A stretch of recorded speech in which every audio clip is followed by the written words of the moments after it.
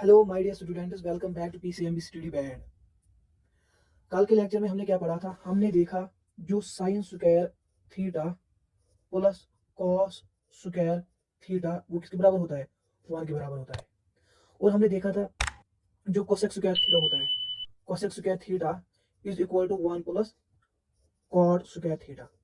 और क्या देखा था हमने? हमने देखा था जो सेक स्क्वायर थीटा होता है, सेक स्क्वायर थीटा वो किसके बराबर होता है? 1 प्लस टेन स्क्वायर थीटा। ठीक है। तो अगर मैं इस आइडेंटिटी की बात करूं, पहली आइडेंटिटी की बात करूं, अगर हम देखें जो साइन थीटा और कॉस थीटा है, इनका वैल्यू, इनका हर कोई वैल्यू डिफाइन है। मींस साइन थीटा और कॉस थीटा हर किसी थीटा पे क्या डिफाइन था, इनका वैल्यू कहीं पे भी अनडिफाइंड नहीं आता था। तो हम देखें, तो हम बोलेंगे जो ये आइडेंटिटी है sine square theta plus cos square theta, ये डिफाइंड है। कहाँ कहाँ पे डिफाइंड है? Theta is lesser equal to 90 degree, greater or equal to 0 degree. ठीक है।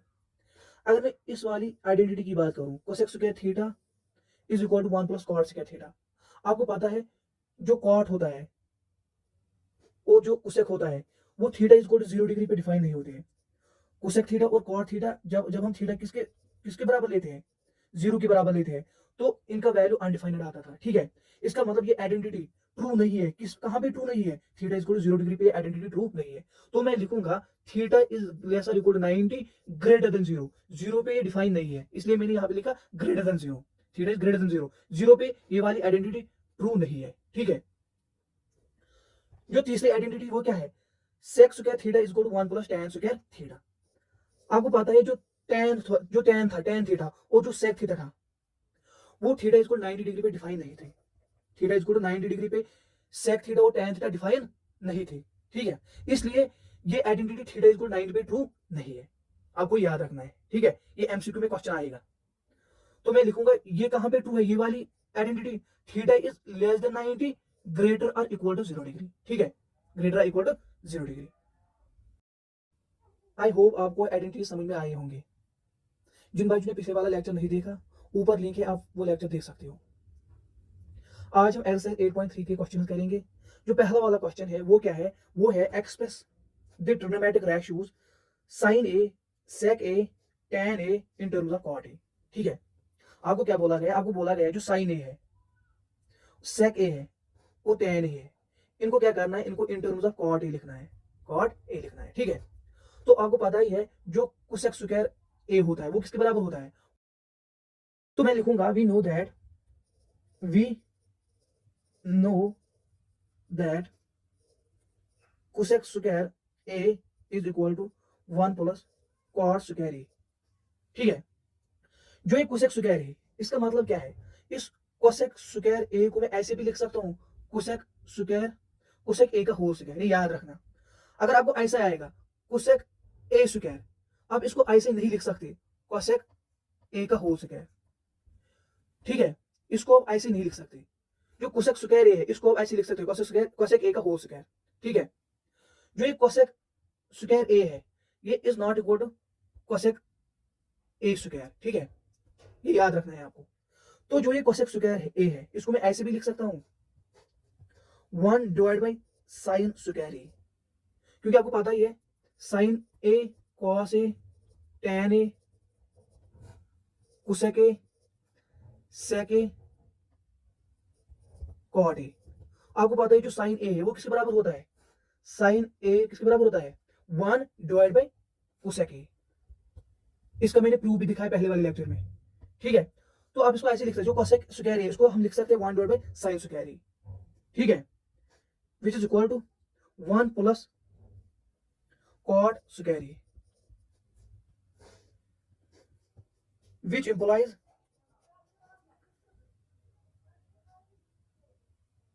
sin square A is equal to 1 divide by 1 plus cot square A.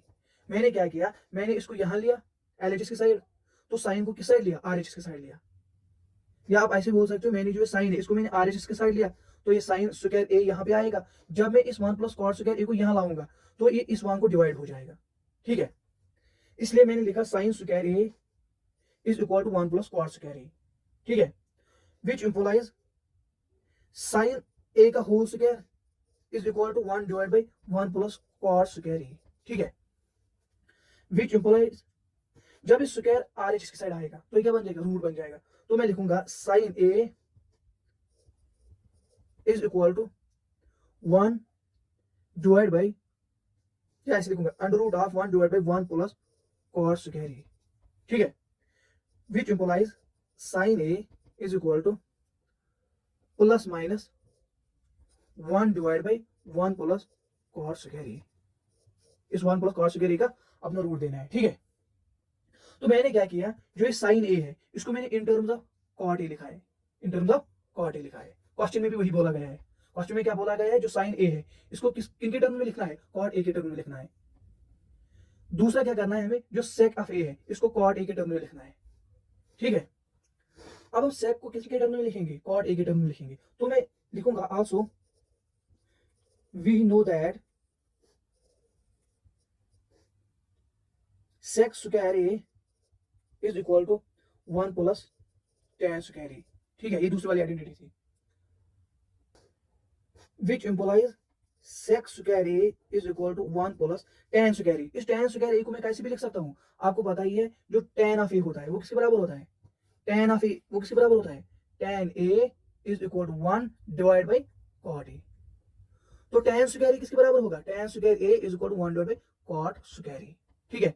तो मैं इस tan स्क्वायर ए को कैसे लिख सकता हूं, 1 divide by cot square A, ठीक है, which implies sec square A is equal to cot square A plus 1 divide by cot square A.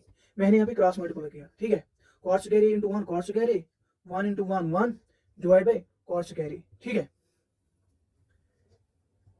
तो मैं लिखूंगा which implies sec A is equal to under root of cot square A plus 1 divide by cot square A, ठीक है। ये square R H side जाएगा, ये root बन जाएगा, ठीक है। तो मैं लिखूंगा जो sec ए है वो किसके बराबर है, plus minus under root of cot square A plus 1 divide by cot square A. तो मैं इसको ऐसे लिख सकता हूं ना, which implies sec of A is equal to plus minus under root of cot square A plus 1 divide by cot square A, इसका अपना रूट, ठीक है। तो इसको मैं लिख सकता हूं ना ऐसे, sec A is equal to plus minus under root of cot square A plus 1 divide by, जो ये स्क्वायर और रूट ए कैंसिल हो जाएगा, cot of A, cot of A. मैंने क्या किया, जो ये sec ए है इसको मैं इन टर्म्स ऑफ cot ए लिखा है, जो क्वेश्चन में बोला गया है, ठीक है।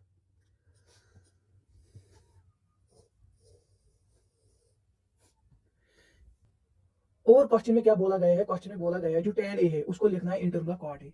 तो हमें पता ही है जो sec स्क्वायर है वो किसके बराबर होता है, 1 प्लस tan स्क्वायर है।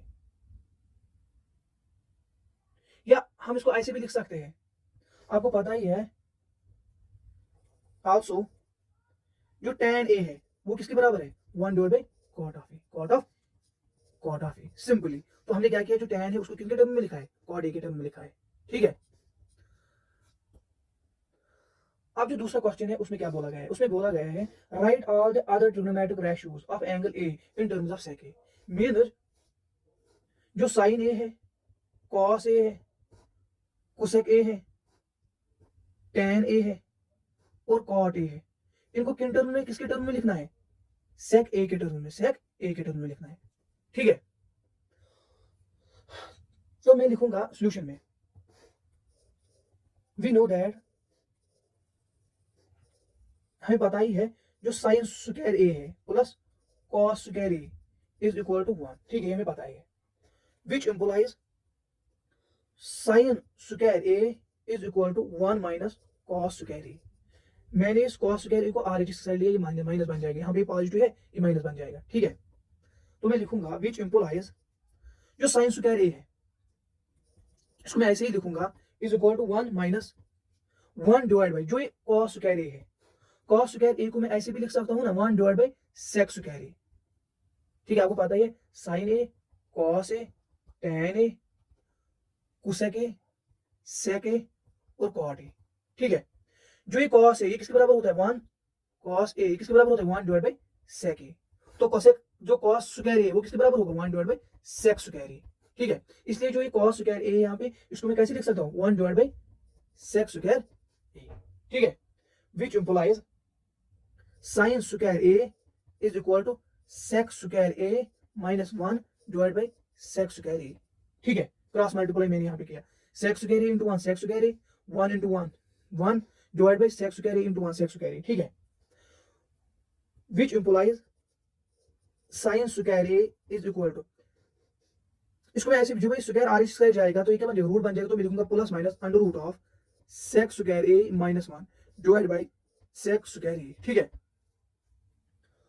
तो मैं लिखूंगा which implies sine of A is equal to plus minus under root of sec square A minus one divide by sec square A, मैंने न्यूमरेटर और डिनोमिनेटर को अपना अपना रूट दिया, ठीक है, तो मैं लिखूंगा sine of A is equal to plus minus under root of sec square A minus one divide by sec A, ठीक है, तो मैंने जो ये साइन ऑफ ए है, मैंने क्या किया, जो ये साइन ऑफ ए इसको मैं किसके टर्म में लिखा, सेक ए के टर्म में लिखा, जो क्वेश्चन में बोला गया था, ठीक है,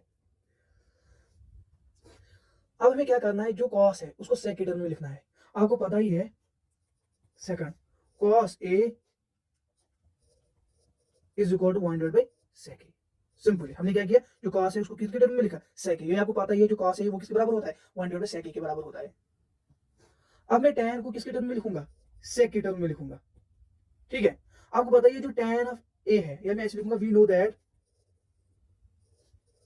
जो tan होता है, tan ए होता है वो किसके बराबर होता है, sine A divide by cos A, ठीक है, तो मैं इसको ऐसे भी लिख सकता हूं, which implies tan A is equal to sine A किसके बराबर हमें निकला ऊपर, under root of sec square A minus one divide by sec A, तो मैं लिखूंगा साइन के बाद plus minus under root of sec square A minus one divide by sec A divide by, इसको मैं ऐसे भी लिख सकता हूँ, जो ये कॉस है, कॉस को मैं कैसे लिख सकता हूँ, one divide by sec A, means cos A is equal to one divide by sec A, ठीक है, तो मैं लिखूंगा which implies tan A is equal to, इसको मैं ऐसे भी लिख सकता हूँ, under root of sec square A minus one divide by sec A into sec A divide by one, sec A और सेक ए कैंसिल हो जाएगा, यहाँ पे प्लस माइनस है, ठीक है, तो मैं लिखूंगा which implies tan A is equal to under root of sec square A minus one, ठीक है, मैंने tan ए को किन के टर्म में लिखा, सेक ए के टर्म में लिखा। अब हमें क्या करना है, फोर्थ कोसेक को किसके टर्म में लिखना है, सेक के टर्म में, तो मैं लिखूंगा वी नो दैट, आपको पता है जो कोसेक ए है वो किसके बराबर है, one divide by sine of A, तो मैं लिखूं one divide by sine of A, sine A किसके बराबर हमें निकला ऊपर, साइन ए, यहाँ पे plus minus under root of sec square A minus one divide by sec of A, तो मैं लिख सकता हूँ plus minus under root of sec square A minus one divide by sec A, ठीक है, तो मैं लिखूंगा which implies cosec A is equal to sec A divide by under root of sec square A minus one, ठीक है, यहाँ पे plus minus, तो कोसेक ए किसके बराबर आया, sec of A divide by under root of sec square A minus one, मैंने cosec A किनके टर्म में लिखा, सेक ए के टर्म में लिखा। अब हमें कॉट ऑफ ए को किसके टर्म में लिखना है, सेक ऑफ ए के टर्म में लिखना है, ठीक है, तो मैं लिखूंगा वी नो दैट हमें पता ही है जो कॉट ऑफ ए होता है वो किसके बराबर होता है, cos of A divide by sine of A, cos of A किसके बराबर है, one divide by sec of A divide by sine of A किसके बराबर हमें निकला ऊपर, plus minus under root of sec square A minus one divide by sec of A, तो इसमें ऐसे भी लिख सकते one divide by sec of A into sec of A divide by under root of sec square A minus one, ठीक है, सेक ए cancel हो जाएगा, तो मैं लिखूंगा which implies cot of A is equal to one divide by under root of sec square A minus one, ठीक है, और अपना प्लस माइनस, तो कॉट ऑफ ए किसके बराबर आया, one divide by plus minus under root of sec square A minus one, ठीक है, तो cot A is equal to plus minus one divide by under root of sec square A minus one, ठीक है, आई hope आपको ये समझ में आए होंगे, ठीक है।